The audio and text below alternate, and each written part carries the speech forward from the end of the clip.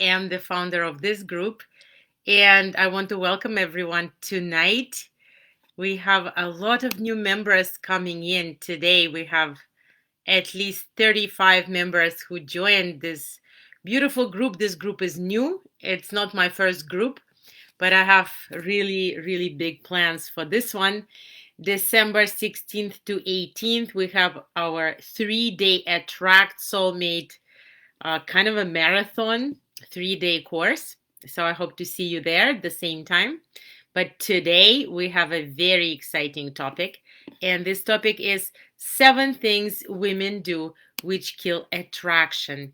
And when we talk about those 7 things that women do which kill attraction, while we talk about that, I would love to hear from you. So, have you ever had an experience that a man started out hot and then went cold? Or if you did, put yes into the comments.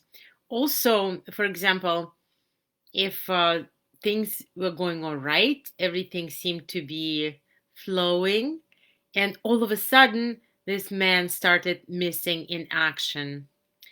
Have you ever had an experience when you just really wanted to feel loved, but you weren't feeling it from the man that you're with? Or maybe you were even feeling more alone when you are with him, more alone when you are with someone. Or maybe you were feeling at a certain point in your life that you have to make things happen, that you have to chase that man. Okay, my love? So if this is something, anything that you have experienced in your life, please put yes into the comments. So what I would like to know is where you are coming from. What is the biggest challenge that you're facing right now? And if it ever happened to you that somebody started out hot and then was cold, or a man was giving mixed signals or missing in action. So what that means is that that man was not inspired enough to chase after you. So the 7 mistakes that women make, I'm going to go over them. I have them written down for you. And maybe you can put, whenever you recognize one of the mistakes that maybe you've made, you can say, yes, that is about me. Mistake number 1 is physically following him around. So, for example, if he goes to see his friends, you go as well, even though you don't even like his friends that much. Or if he moves from the lounge to the bedroom, you will trail along. So that makes a guy feel suffocated. Mistake number 2, that once you start dating him, you stop doing the things that you want to do. For example, a yoga class, or seeing your girlfriends, or even seeing your male friends, or shopping, or anything. So you start sacrificing your own hobbies, your own activities, so that you could spend more time together. So if you have ever done that, please put yes into the comments. Mistake number 3.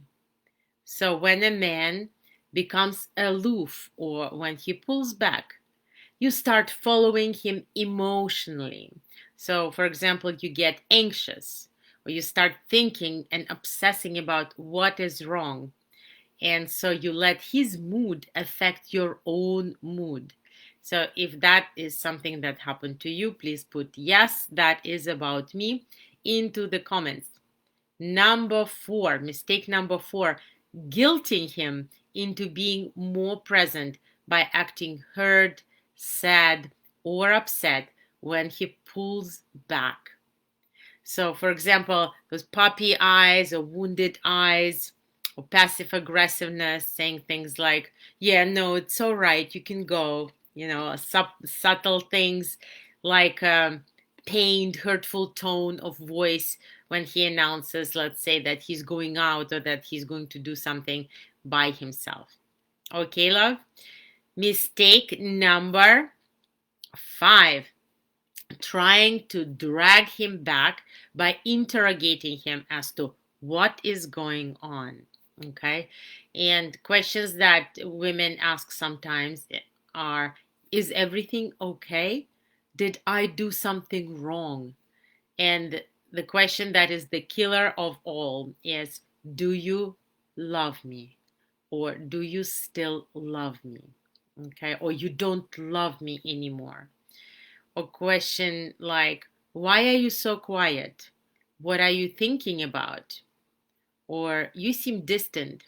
It makes me feel sad when you act like this. Okay. So when you drag him or try to drag him back emotionally, you're giving a signal that you want to be in a relationship more than he does, which totally kills his attraction. Okay. So if you've ever had a dog, for example, which is something, of course, that I have great experience with, I had my beloved dog, who would always run away if I would run after him. Okay. And so if I wanted him to start coming towards me, I would pretend that I'm running away. Okay. So when you're trying to drag that man in by interrogating him or following him, his natural instinct is to get away from the energy that wants something from him. Okay. Mistake number 6 is walking on eggshells to avoid pushing him further away. So, which means being the nice girl, especially if you grew up in a household where your feelings were not honored.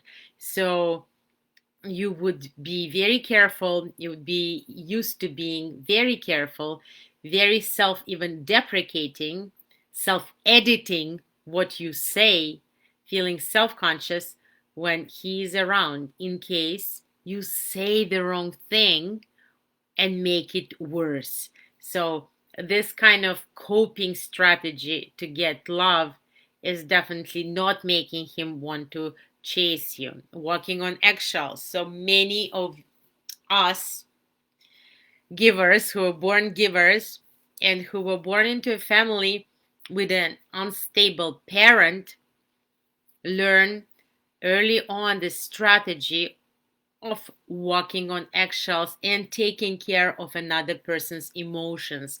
So when if you start doing this, walking on eggshells, investing so much effort into doing the right thing or saying the right thing, subconsciously he's still getting this signal that you want him more than he wants you. Okay, my love? And the last one, the last mistake, number 7, is babying him by being much too accommodating and putting your needs second to his.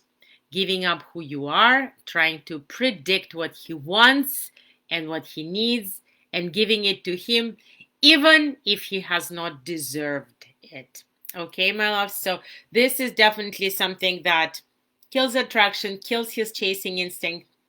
And one more thing, leading with your masculine, which means solving all the problems, not allowing space for him to have a chance to give something to you. I'll give you a very simple example. So, for example, there was a client of mine who was driving in a car with her partner, and they got a flat tire. And this guy did not know how to change that tire. He really had no idea how to do that. So basically, she jumped in and she started looking it up and she started changing that tire all by herself. Okay. And she did it. And so, how does it make him feel? It makes him feel like he is incapable, it makes him feel inferior. How does it make her feel? Of course, she feels powerful, but she's also gaining resentment towards him. While in reality, sometimes some people are a little bit slower to take care of things than others. And the fact that he didn't immediately jump to change that tire doesn't necessarily mean that he's incapable of doing that. So this, for example, was an example of emasculation. So if you have ever made any of those mistakes, most likely you have experienced a situation when you are in a friend zone with a guy, or when he is just refusing to chase you, or when you feel like you have to do all the work in the relationship. So if any of that has happened to you, please put yes into the comments. As the week goes on, we will be coming to our live class, 3-day class, Attract Soulmate. On day 1 of the class, December 16th, we'll be talking about, what are we going to be talking about? We'll talk about 3 magic questions that we ask in Luba Evans coaching that let us know right away if this man is a relationship or marriage material. Day number 2, we learn how exactly to become magnetic and how to lead with the feminine in order to activate his chasing instinct, to create immediate emotional bond, how to become irreplaceable very fast, and how to captivate his heart just by being yourself. Day number 3, I'm going to share with you 4 steps to attracting your soulmate in year 2021. Meanwhile, I would like to say thank you so much for your attention. This was amazing. I hope you like this topic. This is Luba Evans, your love coach. Much love. And I'll see you a little bit later. This